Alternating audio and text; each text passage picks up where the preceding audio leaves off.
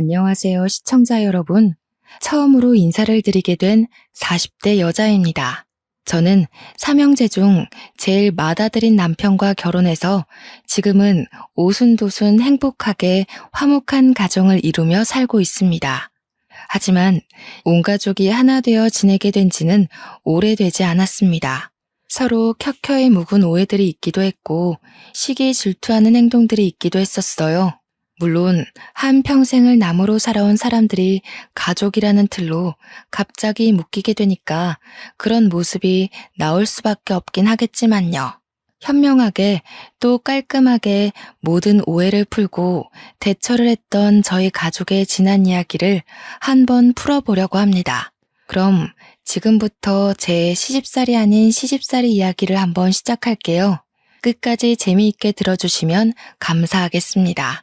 앞에서 말씀드렸듯이 저는 삼형제 중 장남에게 시집을 가게 되었습니다.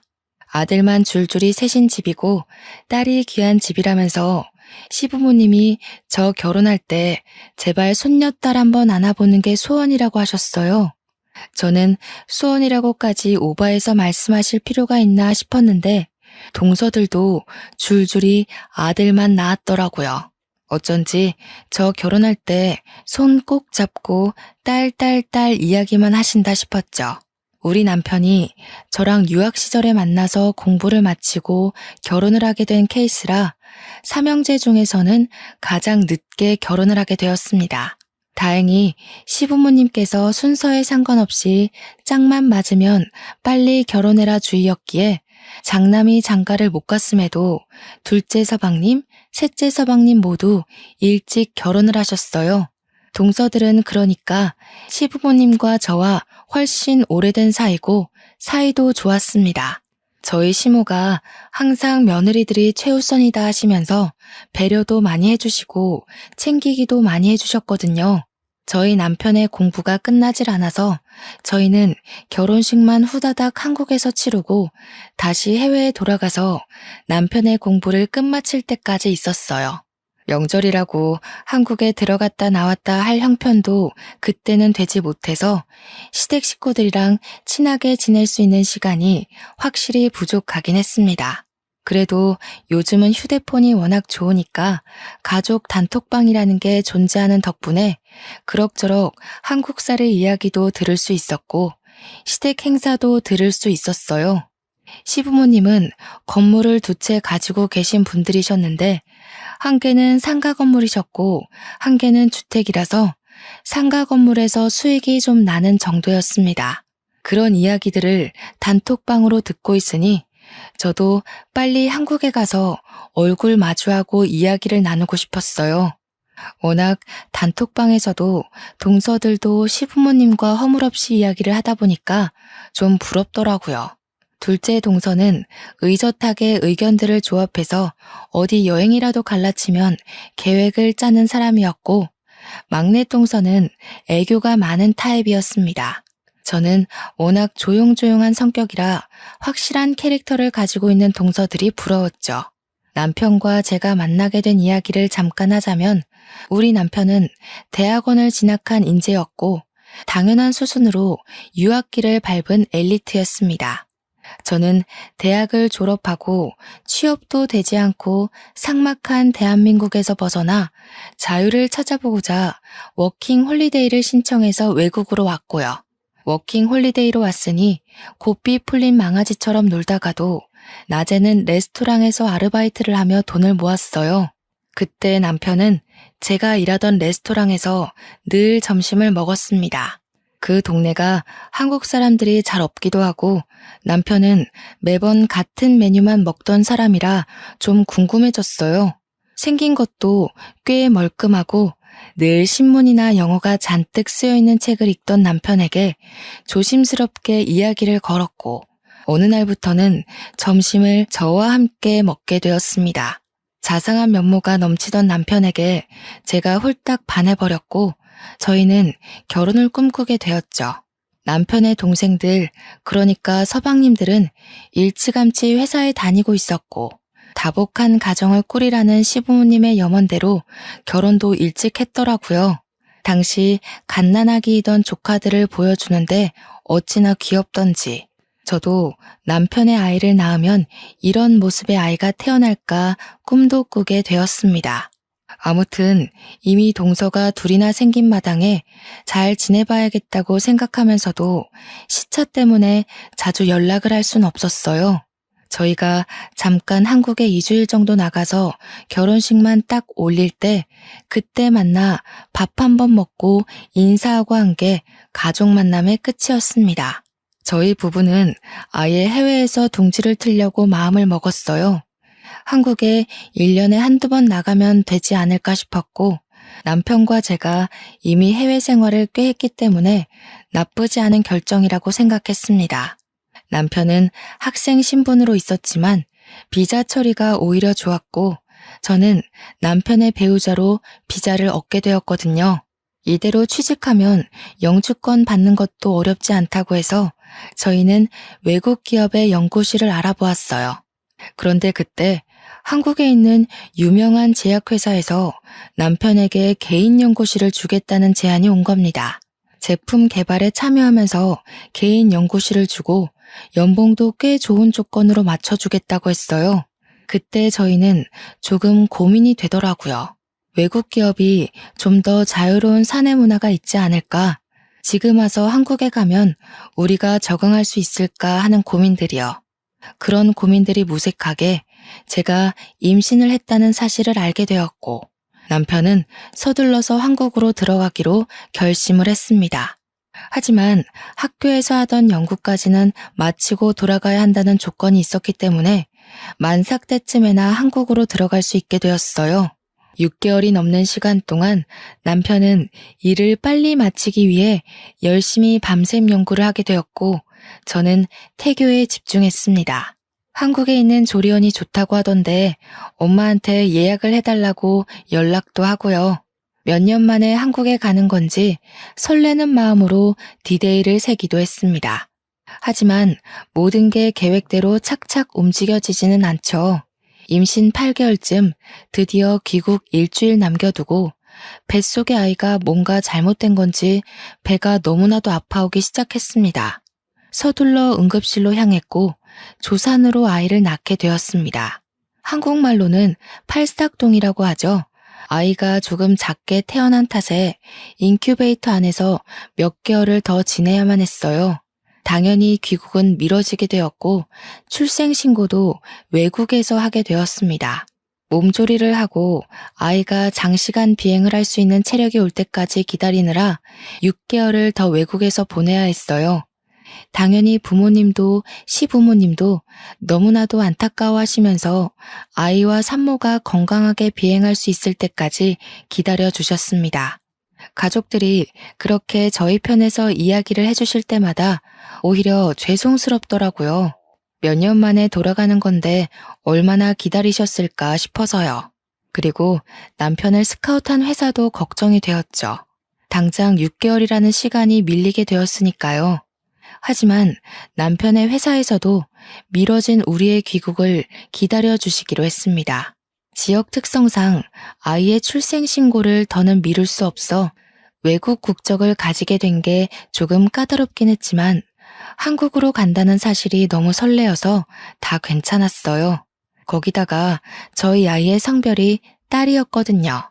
딸 타령을 하시던 시댁에서는 완전 경사났다고 너무나도 좋아하셨어요.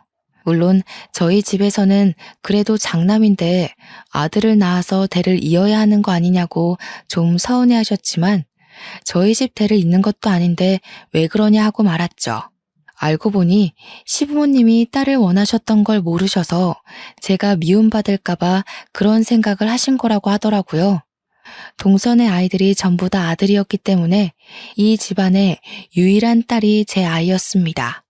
시부모님이 저희 귀국하는 날 플랜카드까지 만들어 오셔서 저희를 반겨주었어요. 드디어 딸이 태어났다면서 더 미룰 것도 없다고 저희에게 그 상가 건물을 증여해 주신 거예요. 저는 너무나도 깜짝 놀랐습니다. 부모님의 유일한 수입원인 건물을 저희에게 주시겠다고 하니까 제가 남편을 말렸어요. 그거 없으면 시부모님은 뭐 먹고 사시냐 하니까 그동안 모아두신 연금도 있고 노후 자금이 충분하다고 하면서 걱정하지 말래요. 가지고 계신 주택에도 세입자가 있어서 월세 받으신다고 괜찮대요. 그래서 저는 남편에게 그래도 동생들이 서운하지 않겠냐고 좀 나눠야 하는 거 아니냐고 했어요. 남편도 그 부분이 내심 마음에 걸렸던 것 같더라고요. 어릴 때 그 건물을 처음 시부모님이 사셨을 때 남편에게 주겠다고 이미 신신당부를 하셨었대요. 그래서 건물 이름도 남편 이름을 따와서 지었다고 했는데 그거는 시부모님의 사정이지 자식들의 사정은 아니니까요. 시동생들은 남편에게 걱정하지 말라고 그 건물은 원래 형 것이었고 자기들도 부모님께서 일궈낸 재산 중 일부를 아이 낳았을 때 받았다고 했대요. 남편은 동생들에게 지분을 나눠 갖자고 끝까지 우겼지만 동생들이 서로 양보하고 받지 않겠다고 했답니다. 원래부터 건물은 형 준다고 했었고 그동안 세금 문제도 형이 해결하지 않았냐고 이것까지 받으면 본인들이 양심 없는 거라 했대요. 저와의 결혼 전 사정은 제가 자세하게 몰라서 더 설명하긴 어렵지만 형제들끼리 끈끈한 무언가가 있는 듯 했습니다. 저희는 하루아침에 한국에 들어와서 엄청나게 좋아진 살림살이를 꾸릴 수 있었어요. 억대 연봉의 연구원인 남편 손에 상가 건물까지 들어왔으니까요. 시부모님은 웃으면서 저에게 다 딸을 낳아서 이런 복이 있는 거라고 하시며 제 딸을 하루 종일 물고 빨고 하셨습니다. 물론 저희도 나름 고충이 있긴 했죠. 한국 세금이 또 어마어마하잖아요.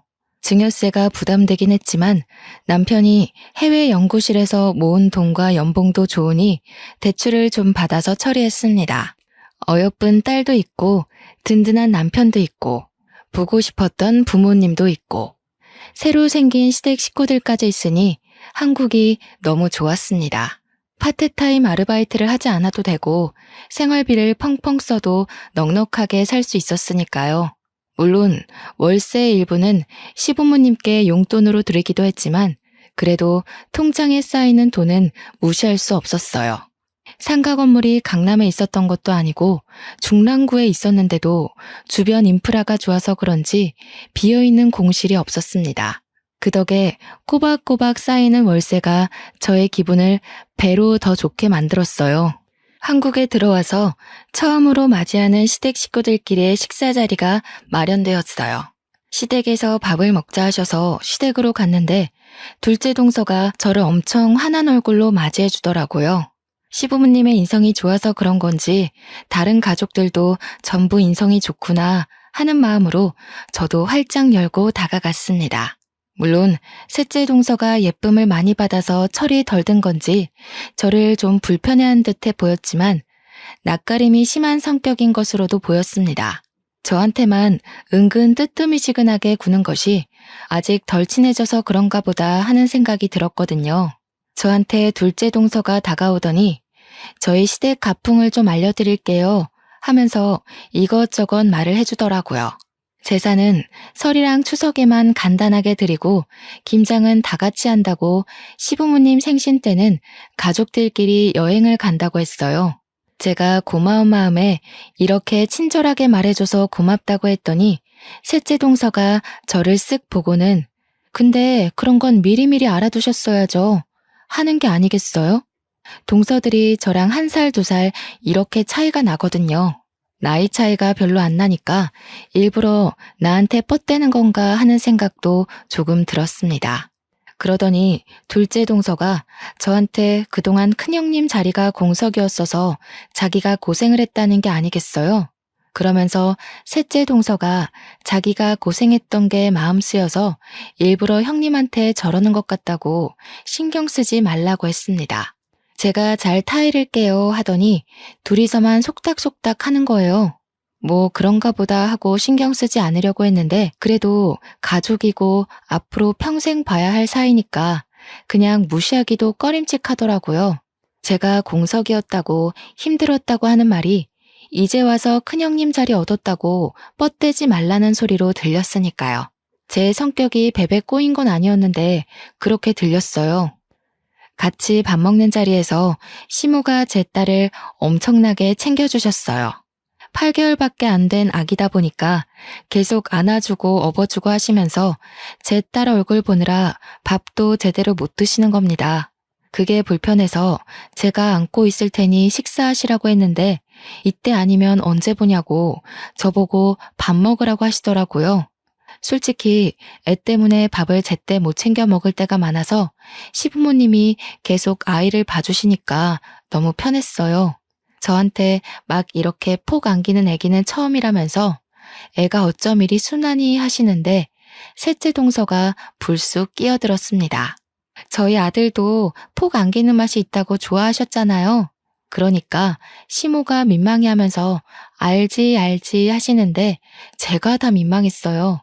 시모가 그래도 딸이라서 그런지 아들이랑은 좀 다른 맛이 있네 하시면서 애만 보니까 더 입 삐죽이고 둘째 동서가 셋째 동서 보면서 우리 막내 동서가 질투가 좀 있나 봐요 하는데 그런 느낌 드는 거 아세요?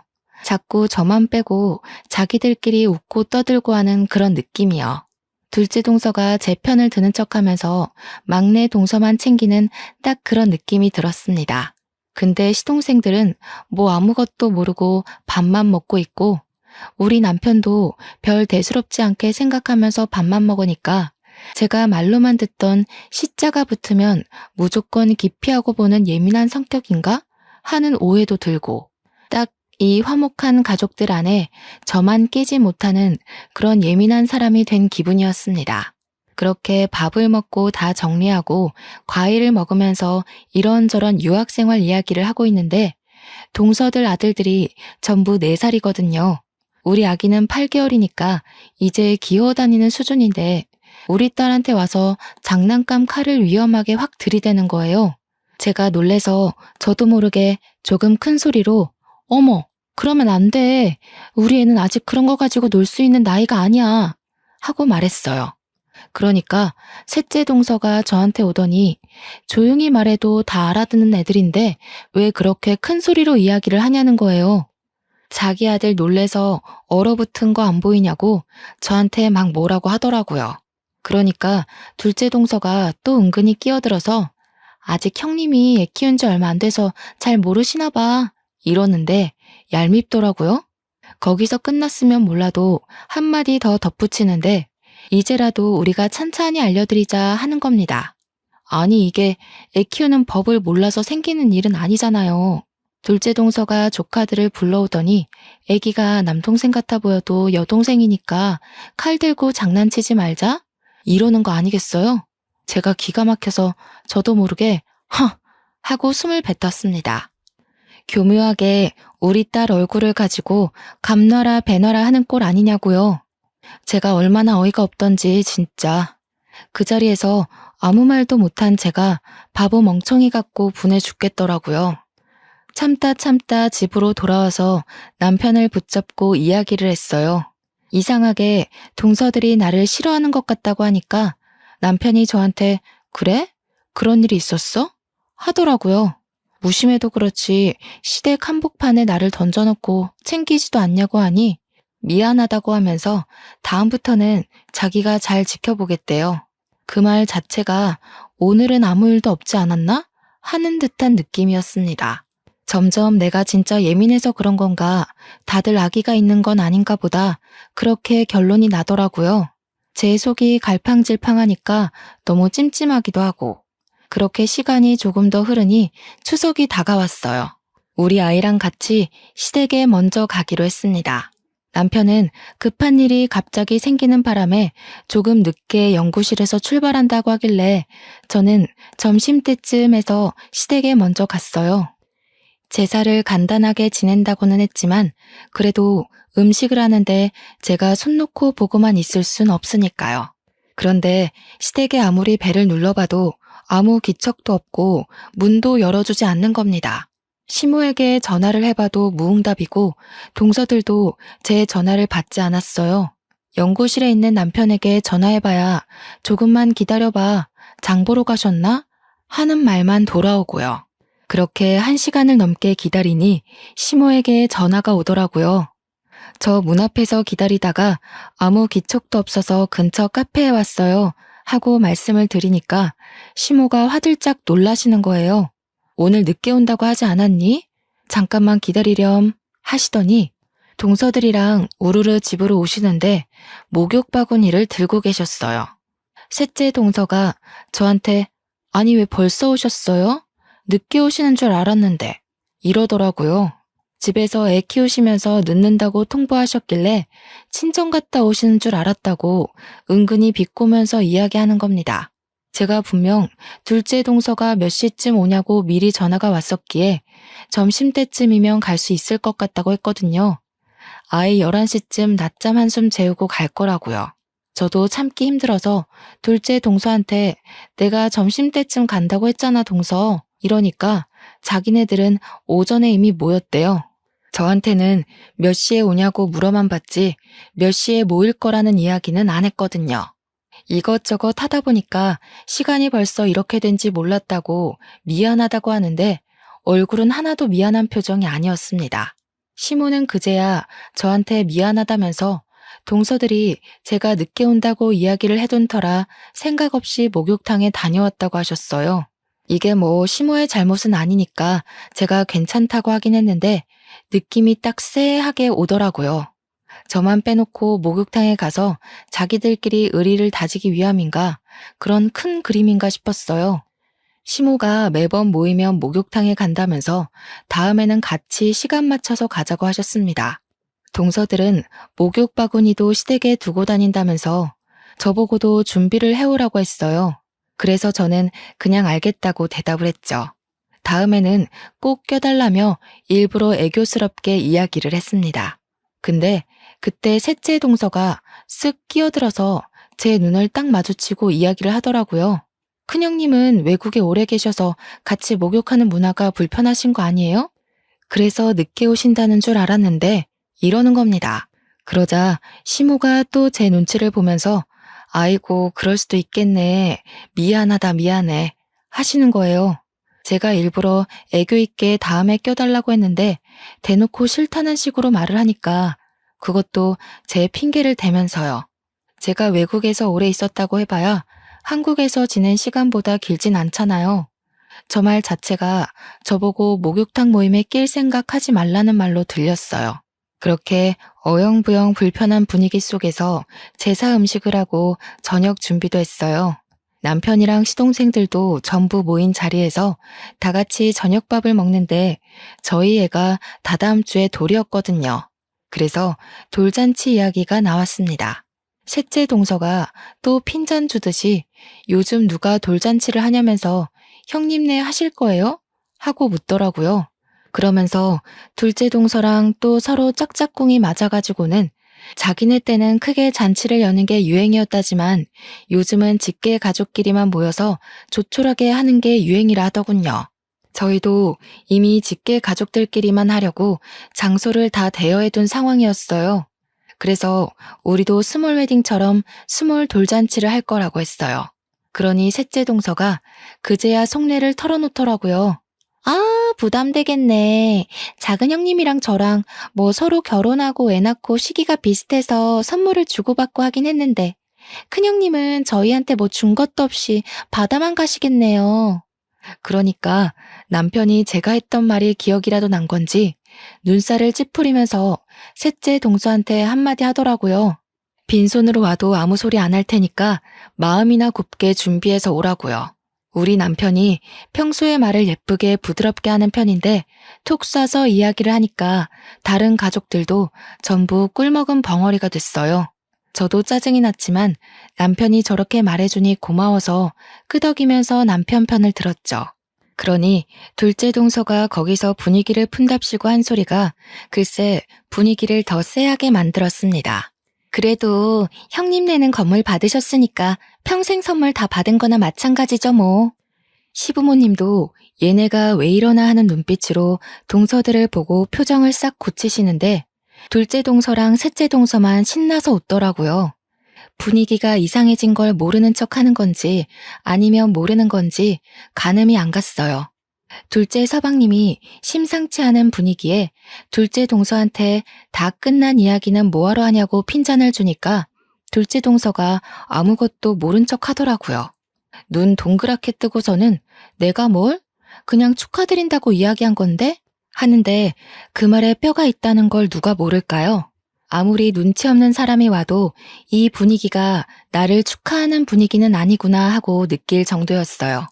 우리 남편이 더 이상은 참기가 힘들었는지 피식 웃으면서 이야기를 이어갔습니다. 내가 이런 말 나올까봐 지분을 나눠 갖자고 그렇게 이야기를 한 건데 우리 동생들이 집안에서 입단속은 잘 안 시키나 봐? 그러니까 되려 동서들이 아니에요 이러면서 헐레벌떡 진짜 순수하게 축하의 의미였다고 이야기를 했어요. 그런데 누가 그 말을 순수하게 믿겠습니까? 시부가 되려 동서들에게 자중하라는 식으로 이야기하시면서 불편한 기색을 내보이고 서방님들도 전부 동서들을 째려보는 걸로 마무리가 됐습니다. 저는 제가 나서서 좋을 게 없다는 걸 알았기에 조용히 밥만 먹었어요. 그렇게 아슬아슬하게 3년이라는 시간을 보냈습니다. 여전히 저는 은근히 왕따를 당하며 온갖 행사에서 배척을 당했어요. 예를 들면 시부모님 생신 때 동서들끼리 선물을 준비할 때도 저한테만 말을 안 해줘서 저만 빈손으로 가기도 했고요. 물론 그 뒤로 더럽고 치사해서 혼자 따로 준비해서 선물을 챙겼죠. 그러니까 오히려 저한테 너무 튀는 행동 하시는 거 아니냐고 서운하다고 하더라고요. 정작 서운한 사람이 누군데 그렇게 말을 하는지. 이런 건 정말 기본 중에 기본이었습니다. 은근히 저랑 불꽃 튀기면서 경쟁을 하려고 하는데 나중에는 제가 지쳐서 그냥 손을 놔버렸어요. 시부모님은 맏며느리가 무뚝뚝한 아이다 라고 생각하시는지 저한테 뭘 바라지도 않으셨고요. 저만 빼놓고 시부모님 모시고 백화점을 간 걸 당당하게 SNS에 올리지를 않나?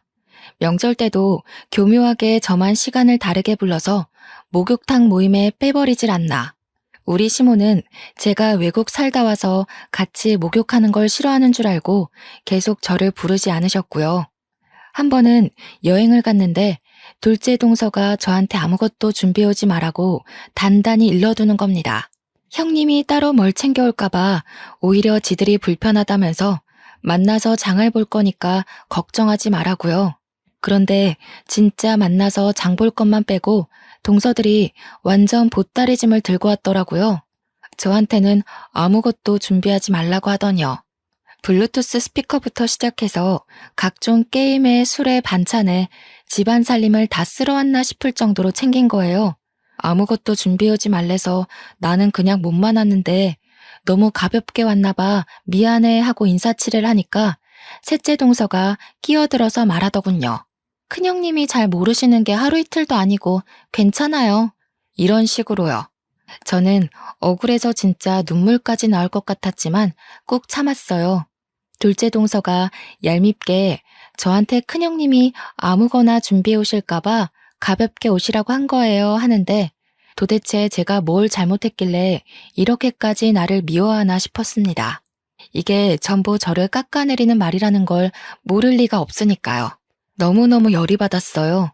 3년이나 지속된 은근한 따돌림에 제가 먼저 말을 하자니 치졸한 사람이 되는 것 같고 참고 있자니 평생 당할 것 같고 결국 어디 털어놓을 데가 없어서 우리 집 올케한테 얘기를 했어요. 그러니까 올케가 그 집 동서들이 여우네 이러면서 우리 신우가 된통 걸렸네 어쩌면 좋아 이러더라고요. 알면서도 내가 뭘 어떻게 해야 할지 모르겠다고 현명한 방법을 알려달라고 하니까 올케가 저보고 돈지랄을 한번 해보래요. 어차피 살림살이도 넉넉한데 돈 팍팍 써가면서 아예 길을 죽여버리라고요. 완전 최고급으로 코스 짜서 시부모님만 모시고 여행을 한번 다녀오면 다들 분해할 거라고 하길래 해볼까 싶었죠. 그래서 연말에 인천에 있는 5성급 호텔을 예약하고 완전 큰맘 먹고 남편이랑 준비를 했어요. 레스토랑도 완전 야경 잘 보이는 그런 고급 레스토랑 예약까지 다 해두고요. 시부모님 선물도 명품으로 준비했습니다. 우리 가족이랑 시부모님만 해가지고 2박 3일 코스로 놀러가서 일부러 동서들 보라고 SNS에 사진을 막 올려뒀죠. 그랬더니 동서들이랑 저랑 셋이 있는 단톡방에 난리가 난 거예요. 어떻게 자기들만 빼놓고 갈 수 있냐부터 시작해서 좋은 데 가셔서 좋겠다고 난리 법석이더라고요. 그러면서 이제 자기네들이 준비한 건 싸구려라서 성에 안 차시겠다고 앞으로는 형님이 다 하시면 되겠다 하는데 진짜 제 동생들이었으면 한 대씩 쥐어 박았을 것 같아요. 그래도 열등감 폭발하게 만들었으니 이번 작전은 성공인가 싶었죠. 그랬는데 둘째 동서가 저한테 선을 넘더라고요. 건물 받아서 재력 과시하려고 그러시는 거냐면서 없는 사람 서럽게 만든다고 제가 시부모님 모시고 좋은 데 간 게 그렇게 안이 꼽냐고 물어봤습니다. 그러니까 셋째 동서가 단톡방에 장문의 문장을 저에게 보냈어요. 작은 형님께 제가 맨날 들어서 알고 있어요. 큰 형님이 저희 집, 작은 형님네 집 전부 무시한 이야기들이요. 국적도 일부러 보란 듯이 외국 국적 가지고 싶어서 거기서 출산하고 오신 거 저희가 모를 줄 알아요? 큰형님이 건물 지분 나누자고 할 때도 싫다고 하셨다면서요. 그래서 아주버님께서 말로만 건물 지분 나누자고 하고 행동은 안 하신 거라던데. 목욕탕 가는 것도 외국에선 그런 남사스러운 짓 안 한다고 우리가 이상한 거라고 하셨다면서요. 제가 처음엔 큰형님 생겨서 정말 좋아했었는데요. 그 이야기 듣고 완전 실망했어요. 그러니까 둘째 동서가 갑자기 나타나서는 아니 무슨 그런 이야기들을 미주알 고주알 다 하는 거야? 하면서 톡방을 나가버리는 겁니다. 저는 셋째 동서의 톡에 정신을 못 차리겠는 거예요. 이게 다 무슨 말도 안 되는 소리인가 싶고 제가 언제 국적 가지고 우스대기를 했나 건물 지분 가지고 아까워하길 했나 오해가 있어도 단단하게 오해가 있는 것 같아서 셋째 동서에게 바로 전화를 걸었습니다. 한참을 받지 않다가 전화를 받더라고요. 목소리가 이미 저에게 말실수를 했다는 느낌이 팍팍 드는 목소리였어요. 막내 동서, 톡방에 한 이야기들이 다 무슨 말이야? 누구한테 들었어? 이미 엎질러진 물이니까 다 이야기할게요. 전부 다 사실 맞잖아요. 제가 작은 형님께 다 들었어요. 그동안 작은 형님한테 되바라졌다고 그러셨다면서요. 우리 아들이 큰 조카 괴롭힌다고 지 엄마 닮아서 못되어 처먹었다고 그랬다면서요. 제가 그런 말 듣고도 형님한테 잘 지내자고 할 수 있겠어요? 저는 머리가 핑 도는 기분이었습니다. 결단코 제 가슴에 손을 얹고 그런 말을 한 적이 없었거든요. 제가 미치지 않고서야 그런 이야기를 둘째 동서에게 할 리가 없잖아요. 나는 둘째 동서한테 그런 말 한 적도 없고 따로 톡을 하거나 전화를 한 적도 없어. 오히려 동서들이 나를 싫어한다고 생각해서 더 잘 지내보려고 했지. 그게 무슨 말이에요? 그런 말을 한 적이 없으시다고요? 나도 매번 목욕탕 모임에 끼고 싶었는데 무슨 소리를 하는 거야 정말. 동서들이 나랑 같이 가기 싫어서 은근히 왕따 시키는 거 내가 모를 줄 알았어? 나한테만 매번 언제 모이는지 시간을 알려주지 않았잖아. 그래서 그냥 오후에 시댁에 가기 시작한 거야. 그리고 우리 아이도 조산으로 팔싹동이로 나와서 어쩔 수 없이 인큐베이터 신세를 지느라 외국 국적을 가지게 된 거야.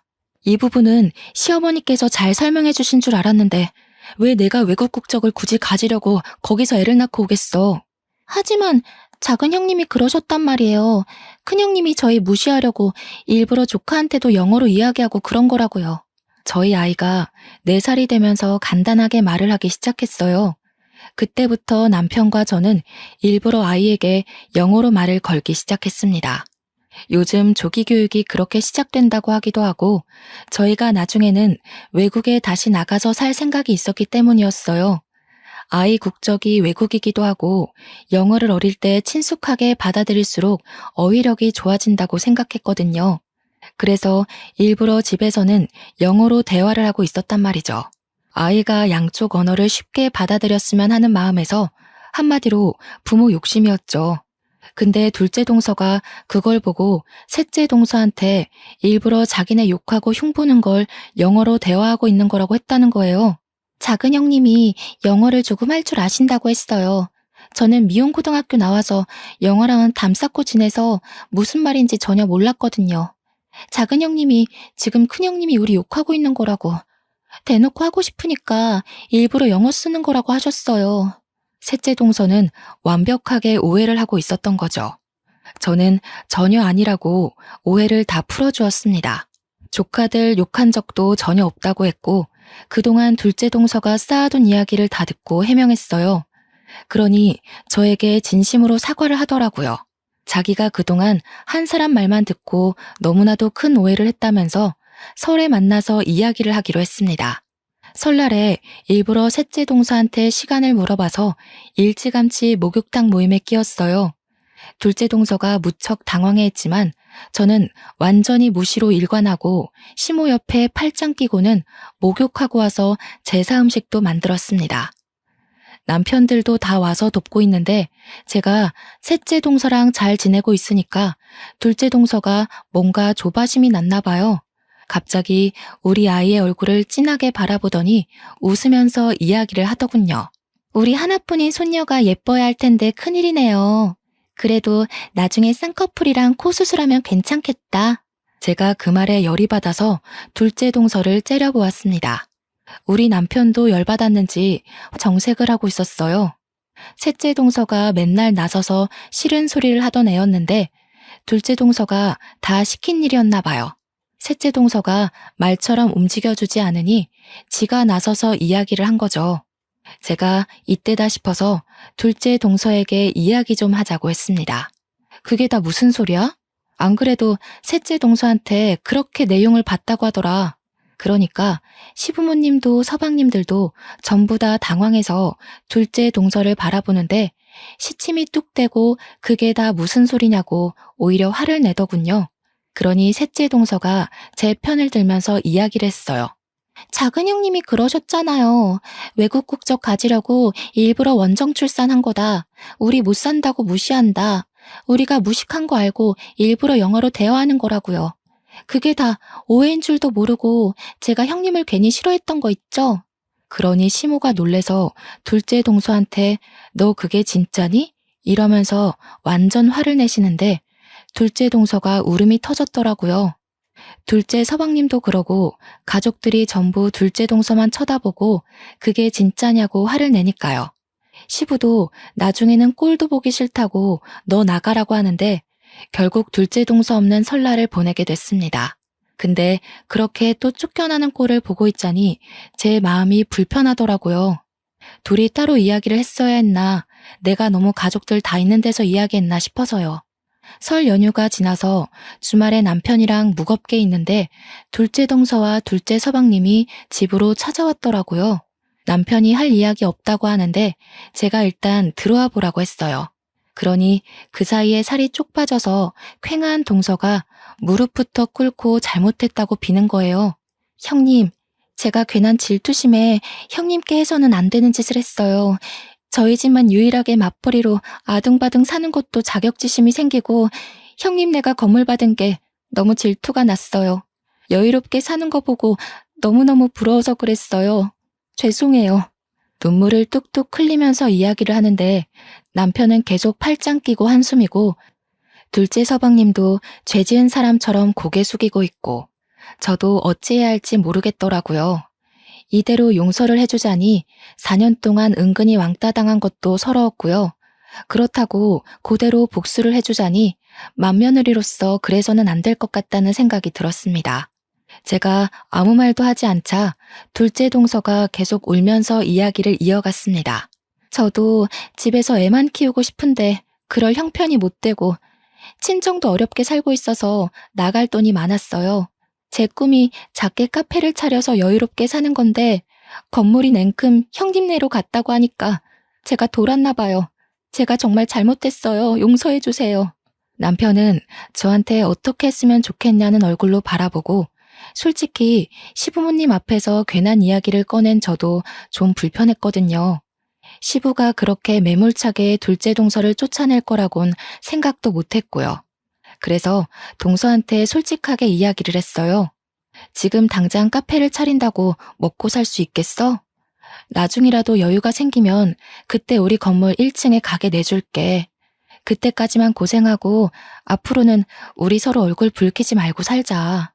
나도 너무 서운하고 괘씸해서 용서해주고 싶지 않지만 가족 간의 화합이 중요하다고 생각하시는 시부모님 생각해서 내가 딱 한 번만 눈 감고 넘어가주는 거야. 알겠어? 그러니 둘째 서방님도 저한테 고맙다면서 죄송하다고 계속 사죄를 했어요. 자기 와이프가 그러고 다닌 줄 몰랐다고 앞으로는 안팎으로 잘 살피겠다고 했어요. 뭐 이렇게까지 하는데 남편 체면도 있고 해서 용서하기로 했습니다. 그 뒤로는 둘째 동서가 명절이고 행사고 제 눈치부터 살피고 시댁에서도 제 눈치 살피느라 바쁘더라고요. 셋째 동서는 제 옆에 찰싹 달라붙었는데 요 지집에도 솔직히 박쥐 같은 면모가 없는 건 아니라서 은근히 꼽주면서 지내는 중입니다. 그럼에도 불구하고 가족이라는 끈끈한 터울 안에서 여전히 명절이면 시모와 저와 동서들은 목욕탕 모임을 즐기고 있어요. 캐캐 묵은 때를 벗겨내며 올해는 더 돈독하게 지내자고 서로를 다독여주며 그렇게 살고 있습니다. 한때는 서로 은근히 미워하고 시기하고 질투했다면 지금은 조금 달라진 모습으로 서로를 대하고 있어요. 폭파되었던 단톡방도 다시 활성화되었고 서로 자식들의 교육을 공유하면서 지내고 있습니다. 물론 저도 시댁에서 영어를 쓰지 않기로 약속했고요. 오해가 늘어나면 안 되잖아요. 동서들은 저에게 더 의지하게 되었고 저도 동서들에게 의지하게 되었습니다. 가끔 서로가 오해가 생길 법한 일이 있어도 결국에는 잘 풀어나가는 그런 사이요. 당시에는 이런 관계로 발전될 거라 생각도 못했는데 너무 잘 됐죠? 저도 용서하고 화합하고 나서 든든한 아군이 생긴 것 같아서 너무나도 행복하고 좋습니다. 우리 시부모님도 그런 저희들을 응원해주고 계십니다. 여러분도 캐캐 묵은 때를 벗겨내고 새로운 마음가짐을 가져보시는 건 어떨까요? 앞으로는 미움보다 이해를 하며 살기로 했습니다. 저희 가족의 미래를 앞으로도 응원해주세요.